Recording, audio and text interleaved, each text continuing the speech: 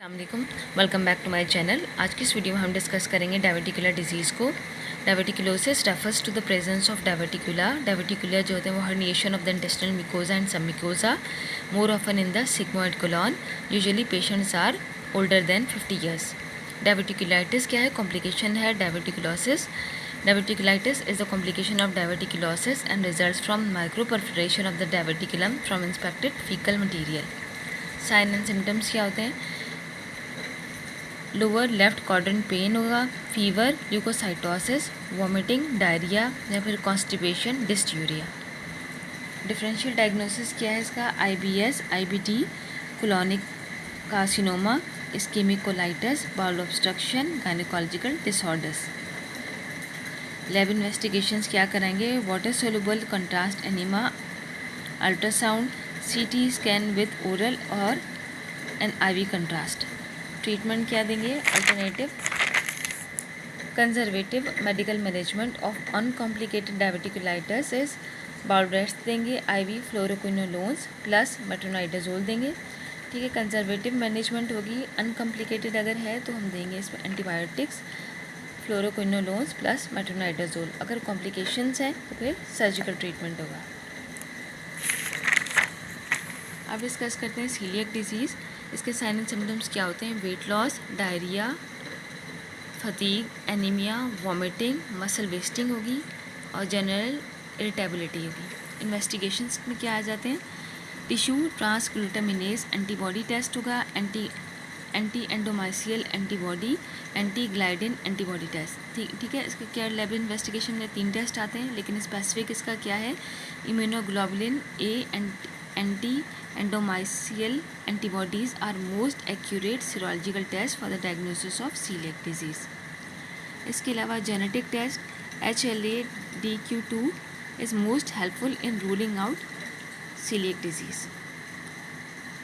ठीक है, इसमें मोस्ट एक्यूरेट जो है वो एंटी एंडोमाइसियल एंटीबॉडीज़ टेस्ट है। कॉम्प्लिकेशंस क्या होती हैं सीलिएक डिजीज़ की? Dermatitis herpetiformis, ulcerative jejunitis, osteopenia, osteoporosis, pseudo fractures and other orthopedic fractures are common features of celiac disease. Chances to develop intestinal lymphoma and adenocarcinoma. Treatment क्या है? Oral dapsone देंगे, इसके अलावा gluten free diet देंगे, इसके साथ साथ calcium supplementation up to 1500 mg per day, bisphosphonates और calcitonin therapy in post menopausal women. ठीक है, ग्लूटेन फ्री डाइट देंगे फॉर 2 वीक्स। 2 वीक्स के बाद स्टॉप करके फिर एंटी एंडोमाइसियल एंटीबॉडी टेस्ट कराएंगे। इस तरह से इसको ट्रीट करेंगे। Colorectal carcinoma, it is the 3rd leading cause of death. Risk factors क्या होते हैं इसके? Increasing age, familial history, sedentary lifestyle, diet rich in red meat, low vegetable intake, chronic IBD, adenomatous polyp. Screening test क्या होता है? Digital rectal examination, faecal immunochemical test, double contrast barium enema, flexible sigmoidoscopy, colonoscopy.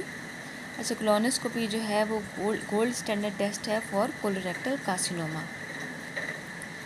जब barium enema में हमें ये मिलेगा apple core sign. Apple core sign क्या होता है कि ल्यूमेन कंस्ट्रिक्ट हो जाता है कोलोरेक्टल कार्सिनोमा की वजह से, तो ये बेरियम एनीमा में हमें मिलता है। ये एप्पल कोर साइन जो है वो कोलोरेक्टल कार्सिनोमा में मिलता है। उम्मीद है ये लेक्चर आपके लिए हेल्पफुल रहा होगा। Thank you so much. कर लेते हैं MCQs regarding colorectal cancer and other colonic disorders. 48-year-old man with weakness, fatigue and lower right-sided abdominal fullness. A 48-year-old man comes to your office with a weak lower abdominal pain. He describes you to a general feeling of not feeling well, fatigue and somewhat tender area down near my appendix. He states that I have no energy, I am tired all the time. We also suspect that his skin has color, first to pale color and then to slightly yellow. On direct questioning, he admits to anorexia, weight loss of 30 pounds in 6 months, nausea, most of the time vomiting twice, some diarrhea that seems to be mucus and blood in the stool, almost every day for the past 3 months. When you ask him what he makes all of this, he tells you maybe a very bad flu. On examination, the patient looks very pale. Examination of the abdomen reveals abdominal distension. You record the abdominal girth as a baseline. There is a sensation of fullness in the right lower quadrant of the abdomen. This area is also dull to percussion and is slightly tender. There is definite percussion of tympani on both sides of the dullness. The liver span is approximately 20 centimeter. The sclerae are yellow. ठीक है, MCQs क्या है? At this time, what would you do? Tell the patient to relax and recheck with office in 6 months. ठीक है, इसमें क्या है? None of the above है. What is definitive diagnostic procedure of choice in this patient? In this patient colorectal carcinoma suspect कर रहे हैं तो इसमें colonoscopy होता है. What is the most likely diagnosis in this patient is adenocarcinoma of colon. A correct diagnosis is made from question 3. What is the definitive treatment of choice is surgical removal of mass. Carcinoma of the colon most common originates in which of the following? Adenomatous polyp में originate होता है. इसका risk factor भी यही है. Adenomatous polyp are found in approximately what percentage of asymptomatic patients who undergo screening? 25%. A barium enema is performed on a patient with suspected carcinoma of the descending colon after an unsuccessful colonoscopy.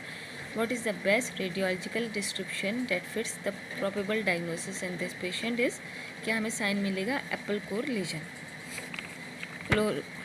Colorectal polyps are thought to be the origin of most colorectal cancers. Which of the following statements regarding colorectal polyps is false? Hyperplastic polyps has the highest malignancy potential of all rectal polyps. ये false है. Which of the following statements best describes the current evidence for fecal occult blood screening as a measure to reduce the mortality and morbidity from colorectal cancer? There is good evidence to include fecal occult blood testing in screening asymptomatic patients older than 50 years for colorectal carcinoma. Okay. Which of the following statements regarding carcinoembryogenic antigen and colorectal carcinoma cancer is true? B ठीक है. Elevated preoperative carcinoembryogenic antigen levels correlate well with post-operative recurrence rate in colorectal cancer. Now B.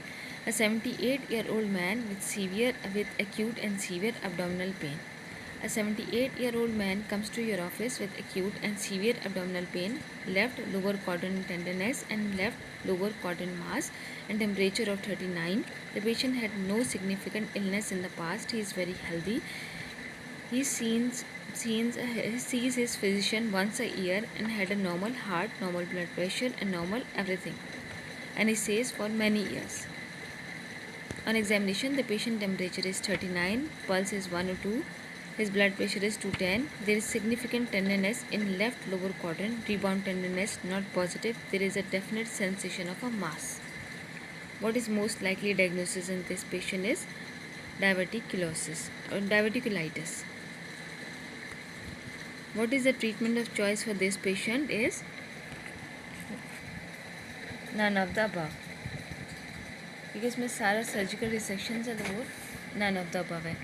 Which of the following are component of acute treatment of this patient condition is? A ठीक है, B and C. Intravenous fluids, IV antibiotics and NG section if abdominal distension or vomiting is present. Which of the following investigation is contraindicated at this time in this patient is air contrast barium enema. Which of the following statements regarding this patient blood pressure elevation is true? This elevation of blood pressure could be caused by the pain he is experiencing. What is the analgesic of choice for control of pain in this patient is morphine.